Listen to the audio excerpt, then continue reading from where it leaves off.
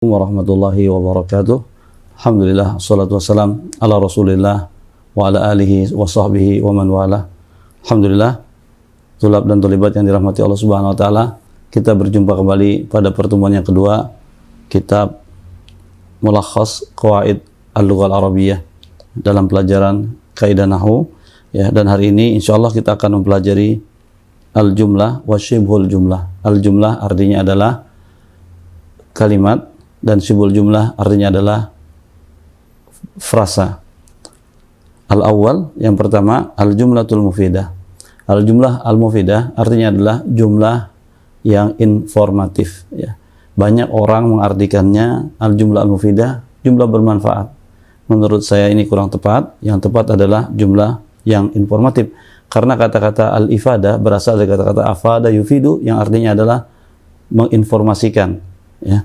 Jadi al-jumlah al-mufidah artinya adalah kalimat yang informatif, artinya yang kalau berbicara, kalau kita mendengar orang mengucapkan jumlah mufidah, maka kita mendapatkan informasi, artinya memahami apa yang dia bicarakan. Apakah dia? Hiya kullu ma tarakkaba min kalimataini au aktsar. Dia adalah semua yang terhimpun dari dua kata atau lebih. Jadi jumlah itu adalah lafaz-lafaz yang terdiri dari dua kata atau lebih, ya, bisa tiga, bisa empat. Wa afada ma'nan taman. Ini intinya di sini. Dan dia memberikan makna yang sempurna. Wa tanqasimu al-jumlatu qismaini. Dan jumlah ini terbagi menjadi dua. Jumlah ismiyah dan jumlah fi'liyah. Ya. Apa itu jumlah ismiyah? Jumlah ismiyah wahiyya allati tabda'u bi isim au bi dhamir. Jumlah ismiyah adalah setiap jumlah, setiap kalimat yang awalnya itu adalah isim atau dhamir, ya. Sebetulnya tidak perlu disebutkan lagi dhamir, karena dhamir itu adalah termasuk isim, karena isim itu dibagi menjadi dua. Ada yang isim dhamir, ada yang isim zahir, dan ada yang isim dhamir, ya. Jadi dua-duanya isim. Cuma ini mungkin dalam rangka untuk mempertegas saja. Mislu, contohnya adalah al-ilmu nurun, ya.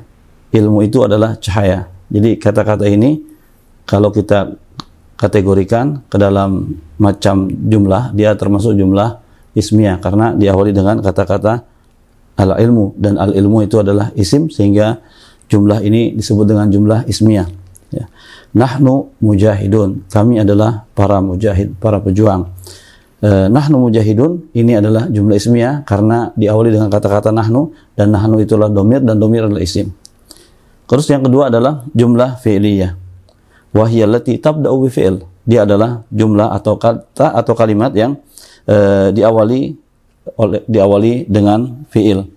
Mislu, contohnya hadara ar-rajulu, telah tiba laki-laki itu, ya. Jumlah ini adalah jumlah fi'liyah. Kenapa? Karena dia diawali dengan kata-kata hadara, dan kata-kata hadara itu adalah fi'il, sehingga kalimat ini disebut dengan jumlah fi'liyah. Kemudian yaktubu at-talibu. Yaktubu at-talibu juga kita katakan sebagai jumlah fi'liyah karena diawali dengan kata-kata yaktubu, dan yaktubu itu adalah fi'il mudhari', sehingga jumlah ini adalah jumlah ismiyah. Kemudian udrus juga demikian, dia adalah jumlah fi'liyah. Kenapa? Karena di dalam kata-kata udrus terdapat fi'il yang berada pada awal jumlah, sehingga dia disebut dengan jumlah fi'liyah. Mudah-mudahan bisa dipahami, ya. Terus kemudian apa bedanya jumlah fi'liyah dan jumlah ismiyah? Hanya penamaan saja. Dari segi arti dia sama saja. Seperti kalau saya mengatakan hadara ar-rajul misalnya, ya. Hadara ar-rajul. Bisa juga kita mengatakan ar-rajulu hadara. Maknanya sama, tidak berbeda sama sekali, ya. Hanya beda pada i'rabnya nanti, ya. Kemudian yang kedua adalah syibhul jumlah, frasa, ya.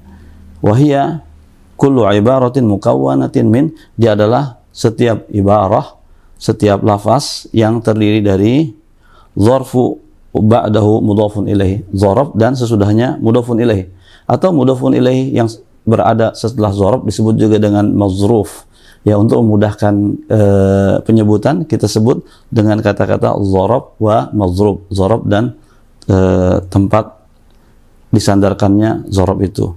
Apa itu dzarab? Dzarab itu adalah kata keterangan dan dia dibagi menjadi dua. Ada dzarab zaman, ada dzarab makan.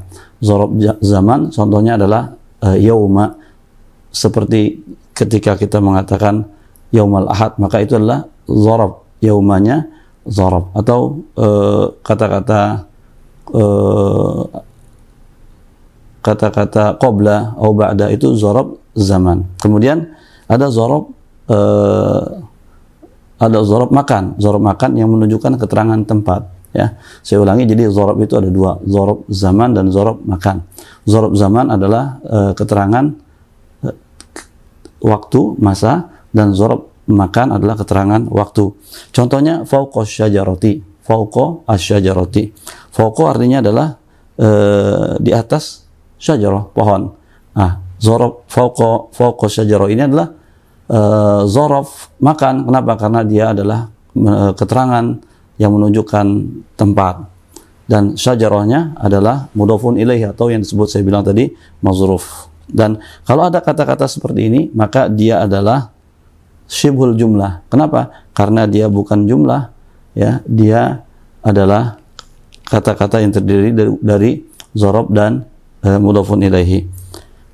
Kemudian yang berikutnya adalah qabla adh-dhuhri. Qabla adh-dhuhri, qabla di sini adalah keterangan yang menunjukkan masa, ya, disebut dengan dzarab zaman, ya. Dan adh-dhuhri adalah mudhafun ilaihi atau disebut tadi dengan mazruf. Ya, jadi setiap kita apabila mendapatkan kalimat, ya, isinya seperti ini, ada dzarab makan, terus sesudahnya isim yang diidofahkan kepadanya dzarab makan tadi, maka dia adalah dia adalah syibhul jumlah. Begitu pula kata-kata seperti qabla adh-dhuhri, ya, apabila kita dapati seperti ini, maka dia adalah syibhul jumlah. Qabla adh-dhuhri adalah, qabla di sini adalah keterangan masa, ya, jadi keterangan yang menunjukkan masa, ya, masa atau waktu. Dan semisalnya adalah ba'dal maghribi atau ba'dal yawm, ba'da sana, dan seterusnya. Au jar wa majrur, atau yang terdiri dari jar dan majrur, ya. Mislu, contohnya adalah fil manzili alal maktabi. Kata-kata fil manzili adalah syibhul jumlah. Kenapa? Karena fi adalah harfu jar, wal manzil adalah isim yang dimajrurkan karena dia berada setelah huruf jar, dan setiap isim yang berada pada huruf jar maka dia menjadi majrur. Maksudnya majrur adalah dia diharokatkan dengan harokat kasroh, ya.